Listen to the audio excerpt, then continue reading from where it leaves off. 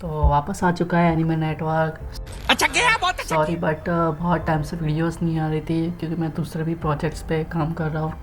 तो आज का टॉपिक थंबनेल में तो आपने देख ही लिया होगा, वन पीस चैप्टर 1177।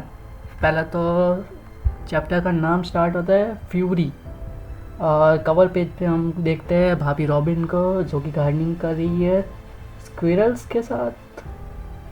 बहुत अच्छा लग रहा है मेरे को एक्चुअली, बहुत क्यूट भी लग रही है रॉबिन।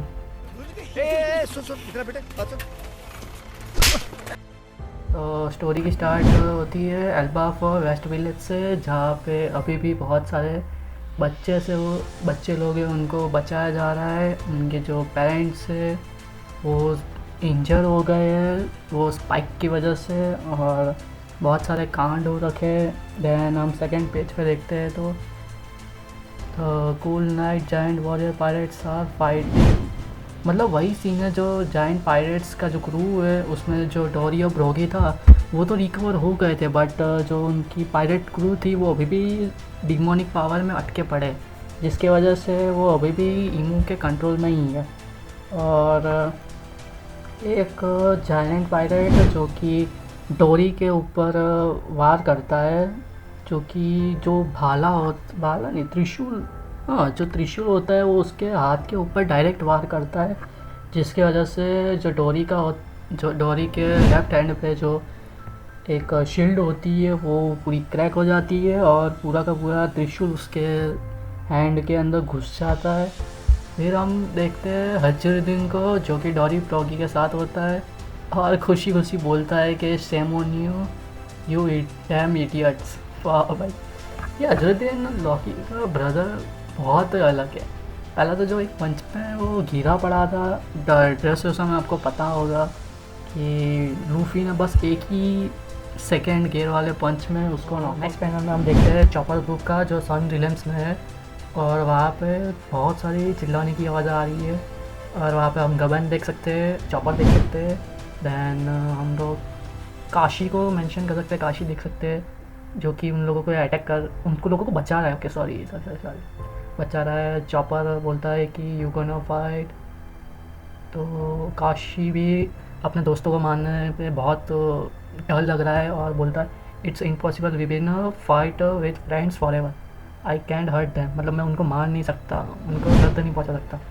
फिर हम नेक्स्ट पैनल में देखते हैं ब्रॉकी को जो कि हम देख सकते हैं कि किसी को मार रहा है, उन दोनों को ये मारने आ गया, और डोरी और ब्रोगी दोनों को निपटा देते हैं।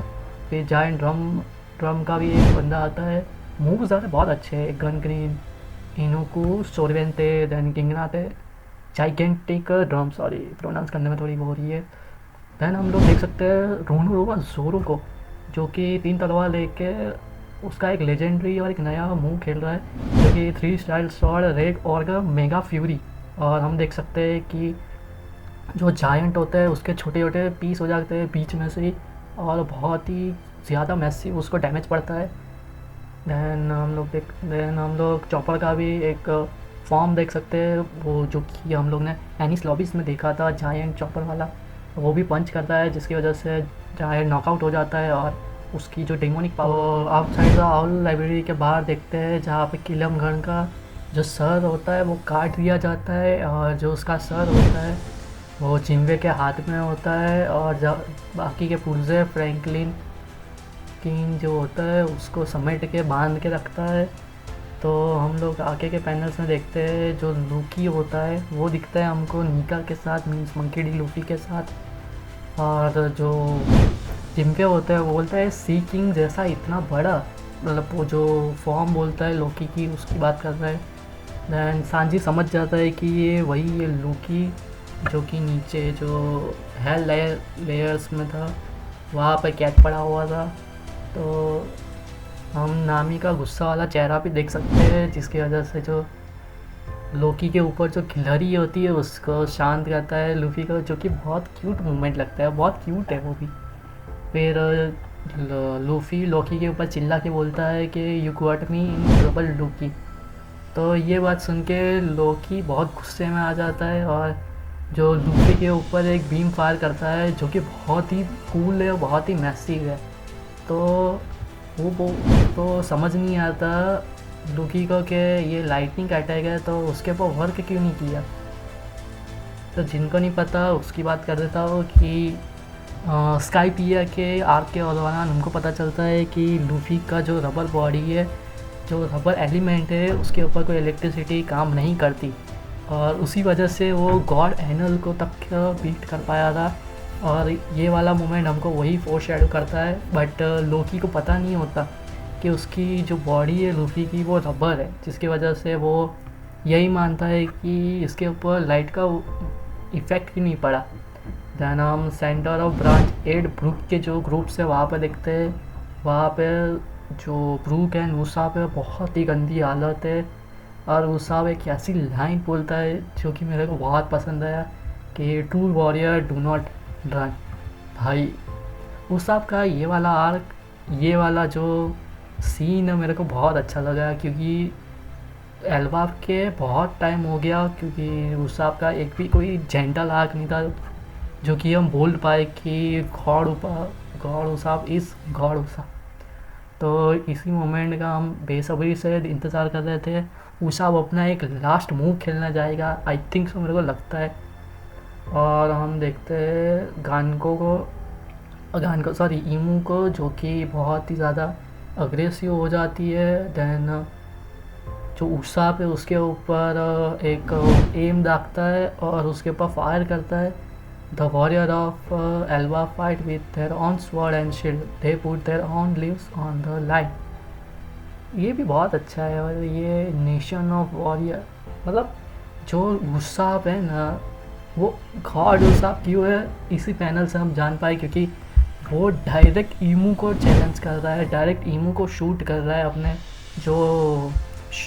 जो सीट्स होती है उससे। दैन हम गानको की तरफ देखते हैं। A dominant ruler never supplies their own hand, मतलब एक डोमिनेंट रूलर रानी जो होती है वो अपने हाथ कभी गंदी नहीं करते।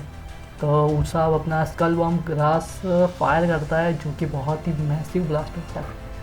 और देन हम देखते हैं कि उसकी वजह से गानको को बहुत ही ज़्यादा इफ़ेक्ट पड़ता है, उसकी बॉडी में बहुत ज़्यादा डैमेज पड़ता है, बट उसके अलावा भी उसाब और ब्रूक को भी इसका असर पड़ता है, उसका इफ़ेक्ट पड़ता है। और हम लोग देखते हैं एक नॉन स्माइल्ड सन गॉर्निका जो कि अब फ्रिक्ड आउट हो गया है, गुस्से में आ गया है। और वो बोलता है लोकी से कि बस अब बात ख़त्म।